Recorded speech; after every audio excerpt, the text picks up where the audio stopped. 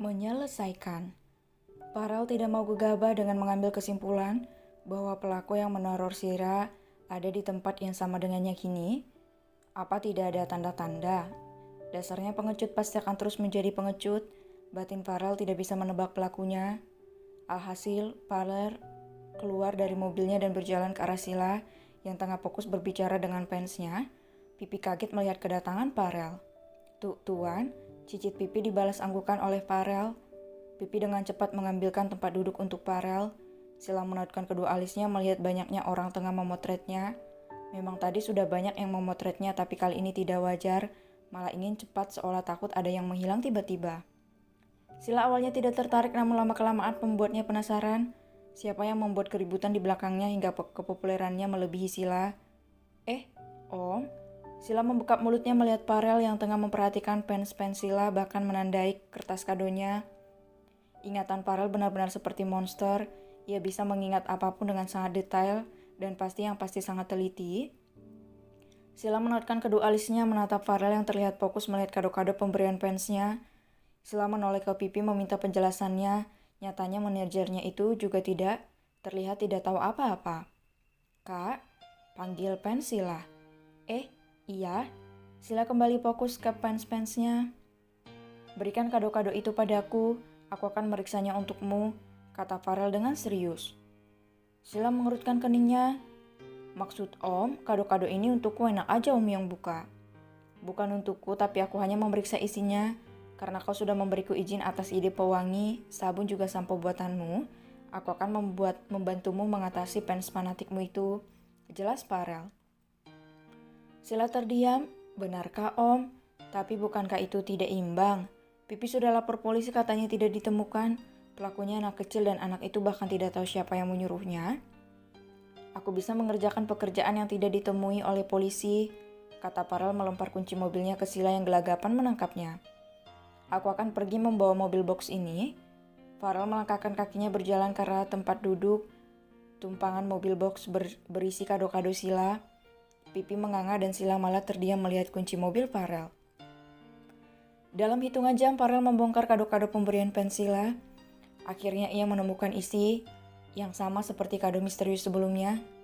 Farel mengambil kertas kadonya lalu mengingat siapa yang memberikan kertas kado seperti itu pada Sila.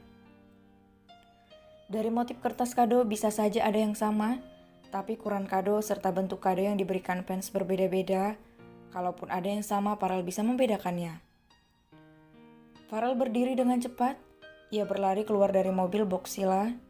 Om, Sila baru saja tiba di mansion keluarga Farel. Aku bawa mobilku. Farel mengambil kunci mobilnya yang dibawakan Sila lalu mengusap kepala Sila. Sila melihat kepergian Farel dengan tatapan bingung. Mata Sila berbinar melihat mobil box yang membawa kado-kadonya. Namun langkahnya terhenti saat bayangan kado misterius itu ada di antara banyaknya kado itu, membuatnya mengurungkan niatnya hendak membuka kado-kado itu.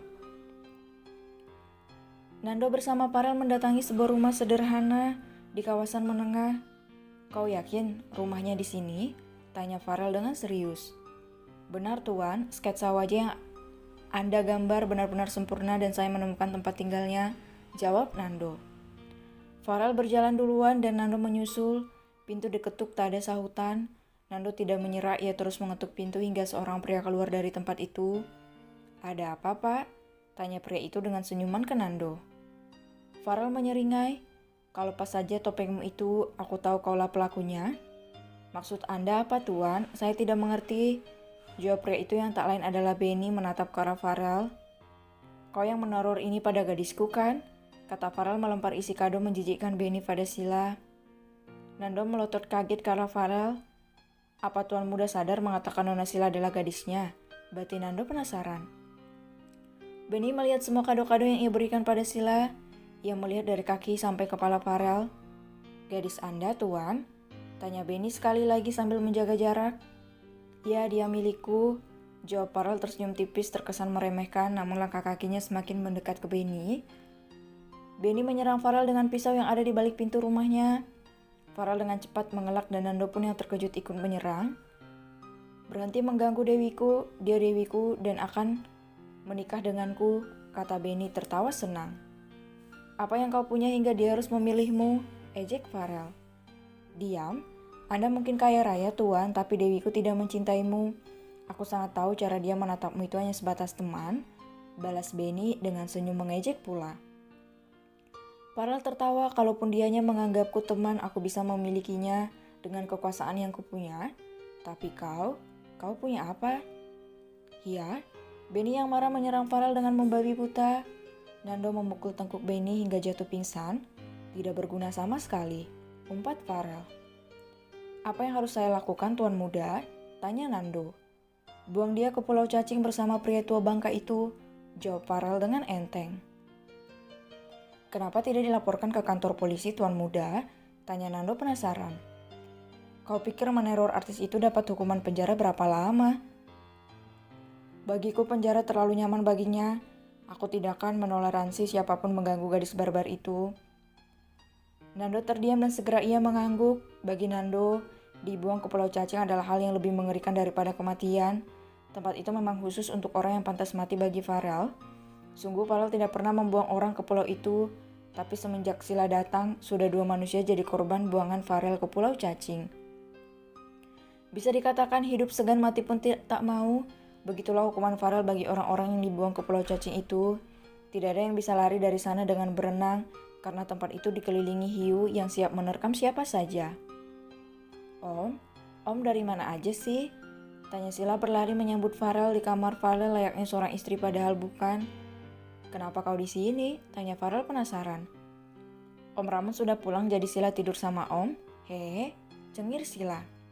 Minggirlah, aku mau mandi kalau kau mau ikut. Aku mandi, tanya Farel tersenyum miring. Sila menggelengkan kepalanya lalu memberi jalan untuk Farel melanjutkan langkah kakinya menuju kamar mandi. Farel tersenyum tipis lalu mengusap kepala Sila yang diam saja mendongak menatap Farel. Apa kau bisa membuat nasi goreng pedasmu? Tanya Farel. Sila mengangguk pelan. Buatkan aku mau, aku akan bayar berapapun yang kau minta, pinta Farel. Kenapa harus bayar, Om? Aku akan buatkan untuk Om sekarang juga. Sila berjalan keluar kamar Farel. Farel tersenyum menggeleng kepalanya lalu melanjutkan aktivitasnya yang memang ingin membersihkan diri.